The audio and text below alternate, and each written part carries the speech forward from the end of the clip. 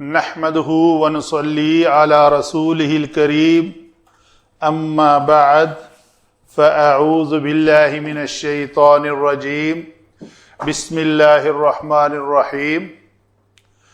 Topic چل رہا ہے جی ہمارا اسماء الاعداد، عدد کی جمع اعداد۔ تو 1 سے لے کے 10 تک ہم مکمل کر چکے۔ آج کا ٹاپک ہے عدد 11 اور 12 کے احکام۔ یہ دو اعداد کیسے اپنے اعراب کے اعتبار سے عبارت میں آتے ہیں، مذکر اور مؤنث ہونے کے اعتبار سے کیسے یہ استعمال ہوتے ہیں۔ تو سب سے پہلی ان کے بارے میں کی پوائنٹ کیا ہے؟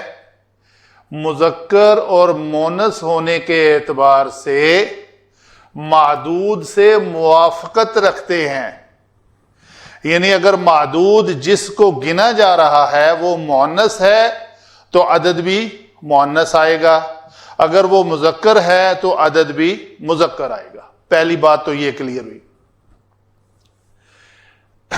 پھر دوسری بات یہ ہے کہ کیا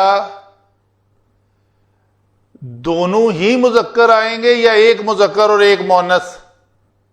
دونوں مذکر آئیں گے۔ پہلی مثال سورہ یوسف کی بڑی معروف آیت ہے، انی رأیت احد عشر کوکبا۔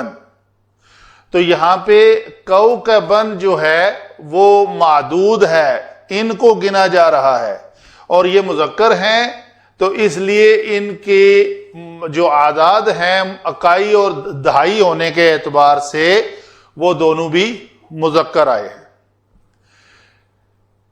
دوسری مثال، ان عدت الشہور عند اللہ 12 شہرا۔ تو یہ جو شہرن لفظ استعمال ہوا ہے یہ مذکر ہے، تو یہاں پہ 12 آیا ہے۔ اثنا جو ہے مذکر ہے، اثنتا مؤنث ہے، احد مذکر ہے، احدا مؤنث ہے۔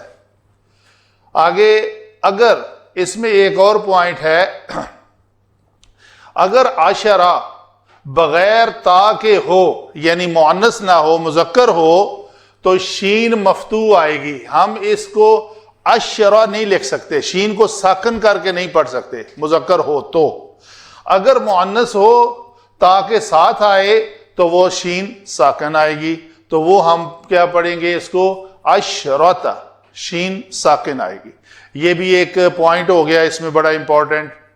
مؤنث میں مؤنث عدد استعمال ہونے والی یا معدود مؤنث استعمال ہونے والی کے بارے میں بات کر لیتے ہیں۔ تو کیا ہے؟ امرأتن مؤنث لفظ ہے، اس کے یہ معدود ہے، ان کو گنا جا رہا ہے، ان کا جو آئے گا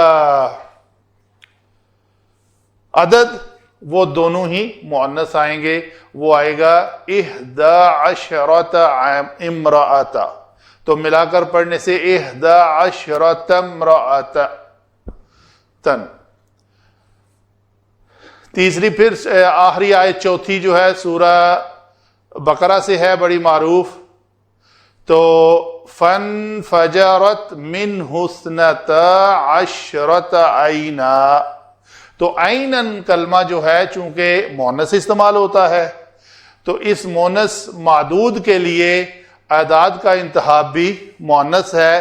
یہ لفظ 12 یہ 12 کے لیے استعمال ہوا ہے۔ اوپر والے دونوں 11 کے لیے،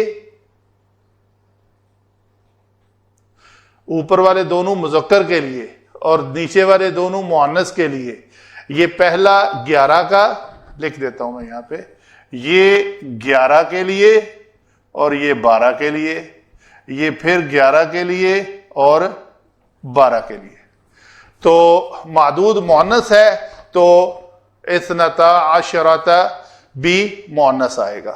یہ بڑی آسان سی بات ہے، ان کو میں ڈیوائیڈ کر کے پورے چیپٹر کو لاسٹ میں ایک بار خلاصتاً بیان کر کے بتا دیا جائے گا ایک ہی لیکچر میں سارے اعداد کے بارے میں، لیکن چھوٹے چھوٹے لیکچر بنا کے ہر عدد کا ایک گروپ بنا کے جن کے اوپر احکام ایک جیسے ہیں، اس طرح ایکسپلین کرنے میں سمجھتا ہوں کہ تھوڑی سی اس کو سمجھنے میں آسانی رہے گی، اور دس از دا بیسٹ۔ یہ ہوئی باتیں آج کے اعداد 11 اور 12 کے بارے میں احکام۔ اللہ تعالی ہمیں ان اعداد کے احکام کو سمجھنے کی اور ان کی امپلیمنٹیشن قرآن میں جہاں بھی ہوئی ہے ان کو پڑھ کر اس کے اوپر عمل کرنے کی توفیق عطا فرمائے۔ وما علینا الا البلاغ۔